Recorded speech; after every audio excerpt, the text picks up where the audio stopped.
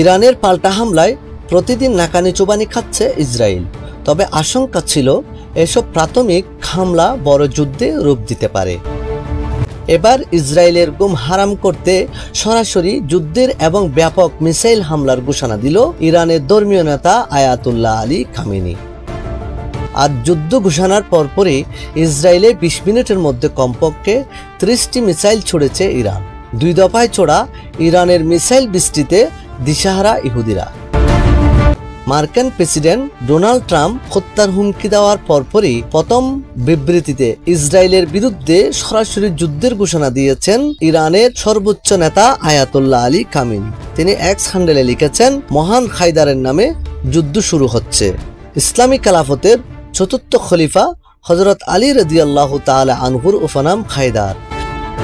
তিনি আরো লিখেন, আমাদের অবশ্যই সন্ত্রাসী শাসনের বিরুদ্ধে কঠোর জবাব দিতে হবে, আমরা কোনো দয়া দেখাবো না। খামেনির যুদ্ধ শুরুর ঘোষণা এবং ইসরায়েলিদের প্রতি কোনো দয়া না দেখানোর আহ্বানের পরপরই গর্জে ওঠে ইরানিরা। যুদ্ধ ঘোষণা হওয়ার পরপরই ইসরায়েলে 2 দফায় ব্যালিস্টিক ক্ষেপণাস্ত্র হামলা চালায় ইরান। মঙ্গলবার মধ্যরাতে এবং বুধবার ভোরে সেসব হামলায় ইসরায়েলে ব্যাপক বিস্ফোরণের শব্দ শোনা যায়। জর্দানের সংবাদ মাধ্যম রয়্যাল নিউজে এ তথ্য জানায়।